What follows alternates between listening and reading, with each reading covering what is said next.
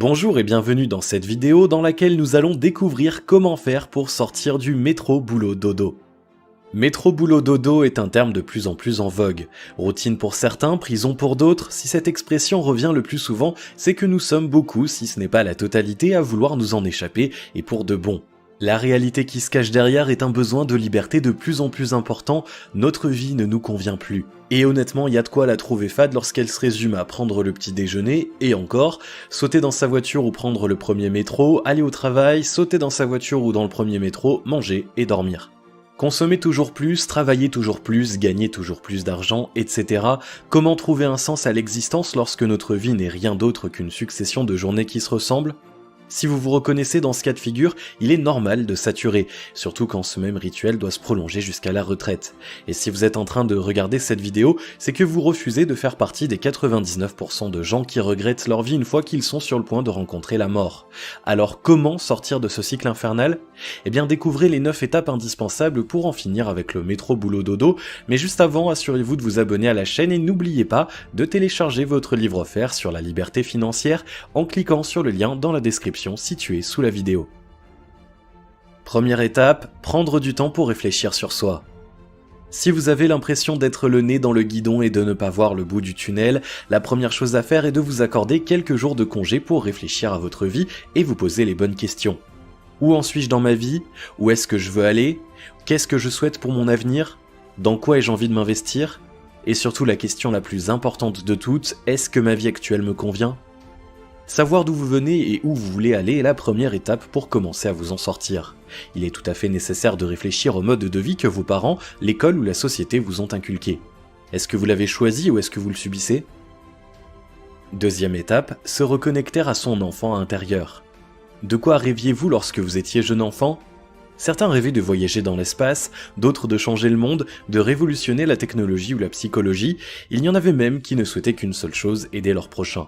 C'est comme si un voile s'était posé pour nous forcer à oublier nos désirs les plus profonds, tronqués contre une vie illusoire. Réfléchir sur sa vie, c'est déjà être anticonformiste car la plupart des gens ne pensent plus. Troisième étape, vivre le moment présent.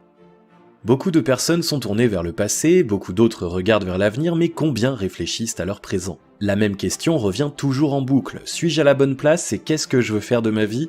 Si chaque humain s'écoutait vraiment, plus personne n'accepterait ce rythme de vie effréné et cette course contre la mort. Combien de personnes redoutent la mort, mais combien ont peur de vivre ? Certaines personnes en arrivent même à souhaiter leur propre mort, car leur vie ne leur correspond plus. Pourquoi ? Parce que dès la naissance, la société nous a promis un mode de vie très simple. Tu iras à l'école pour te préparer aux grandes études, tu feras de grandes études pour te préparer à ton boulot, tu gagneras ton argent pour profiter de la vie et mettre de côté pour la retraite, tu partiras à la retraite à 65 ans et tu mourras. Et surtout depuis l'ère industrielle, nous répétons ce schéma de génération en génération sans jamais le remettre en question. Pour les plus lucides d'entre nous, cela crée une révolte comme si une injustice terrible ressortait des profondeurs. Pour d'autres, cela se transforme en névrose, en stress, en dépression ou en burn-out. Il faut avoir du courage pour se rendre compte que ce mode de vie ne nous correspond pas. Il faut du courage pour admettre que, depuis tout ce temps, nous ne vivons pas vraiment, en tout cas pas comme on le devrait. Quatrième étape, ne pas avoir honte d'être un mouton noir. Une fois que vous avez trouvé les réponses à ces questions, vous vous rendrez vite compte que les autres trouveront cela anormal. La raison est très simple, cette société nous pousse à être conformistes. Être différent, sortir des rangs et penser autrement n'est pas autorisé. Pour trop de gens, le métro boulot dodo est chose normale de la vie. Les gens, en tant que bons agents de la société, pensent que la vie est ainsi faite et qu'ils ne peuvent pas en changer. Et le pire, c'est qu'ils vous poussent à accepter ça.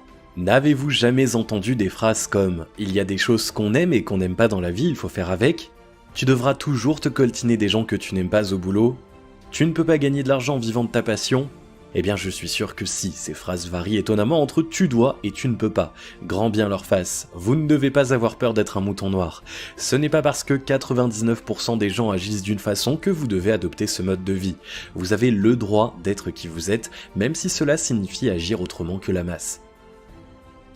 Cinquième étape, remettre l'argent à sa place. Vous allez me dire, oui, mais j'ai besoin d'argent pour payer mes factures, mon loyer, de quoi manger, mes assurances, etc. Eh bien oui, évidemment, je ne dis pas d'aller vivre dans la forêt, loin de toute civilisation, et puis même si vous le voulez, pourquoi pas, au final, vous pouvez le faire. Mais vous devez remettre l'argent à sa place. L'argent n'est qu'un moyen pour obtenir des choses, un moyen parmi tant d'autres. Vous pouvez vous inspirer des personnes qui vivent grâce aux dons, qui se sont remis à faire du troc, qui ont construit une maison 100% autonome afin de subvenir aux besoins vitaux tels que l'eau, la nourriture et l'énergie. Vous n'avez pas besoin de milliers d'euros pour vivre confortablement, pas plus que vous n'avez besoin de travailler 35 heures par semaine. L'argent ne doit pas être la fin de toute chose, il ne doit surtout pas devenir un but dans la vie, car vous le savez, comme moi, vous n'emporterez pas un centime avec vous dans la tombe, cependant vous partirez avec ce que vous avez construit de votre vie. 6e étape, changer sa vision par rapport au travail. De même que pour l'argent, vous devez également réfléchir à votre façon de voir le travail. Vivez-vous pour vous ou pour votre travail? Quelle place accordez-vous au travail dans votre vie? Si vous vous rendez compte que le travail prime surtout, même sur votre vie de famille et votre couple, alors il y a un problème, vous êtes pris dans le métro boulot dodo.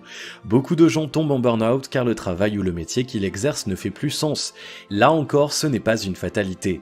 Si le travail que vous exercez ne vous plaît pas, changez-en ou créez le vôtre. Vous pouvez devenir freelance et travailler de chez vous, vous pouvez essayer de vous créer des revenus passifs afin de ne plus avoir à remettre un pied au travail. En effet, si vous êtes frileux du fait de devoir vivre avec moins d'argent, pourquoi ne pas explorer les différents moyens pour devenir rentier? 7e étape, ne pas avoir peur du rejet. Une fois que vous aurez réfléchi sur vous-même, il se peut que vous changiez radicalement de cap. Plaquer son boulot, plaquer sa vie d'avant peut être une étape difficile psychologiquement, mais ô combien salvatrice si cela est votre désir profond. Vous devrez faire face à de nombreux rejets de la part de vos amis, de votre famille, de vos collègues et de beaucoup d'autres personnes qui ne comprendront pas vos questionnements et la raison de vos choix. 8e étape, ne pas être réaliste. Ce point peut paraître provoquant et pourtant je persiste et je signe.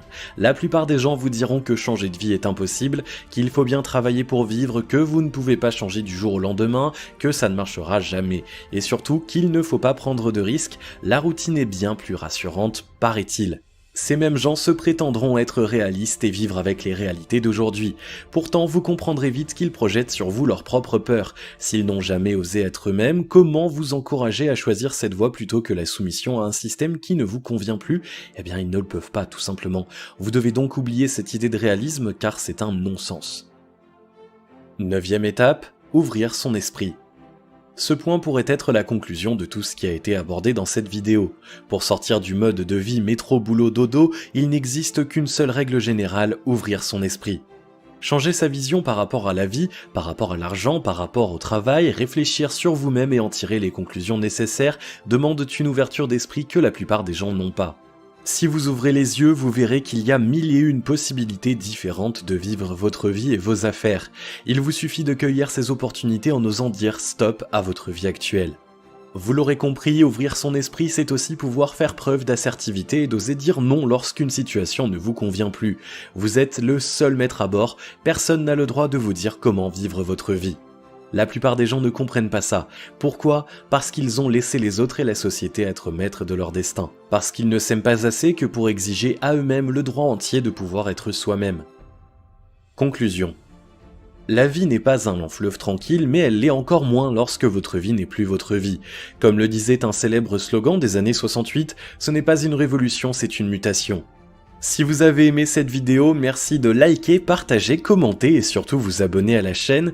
Et vous êtes également libre de recevoir le nouveau livre 5 étapes pour atteindre la liberté financière en cliquant sur le lien situé dans la description en dessous de la vidéo. Et on se retrouve très vite pour une prochaine vidéo.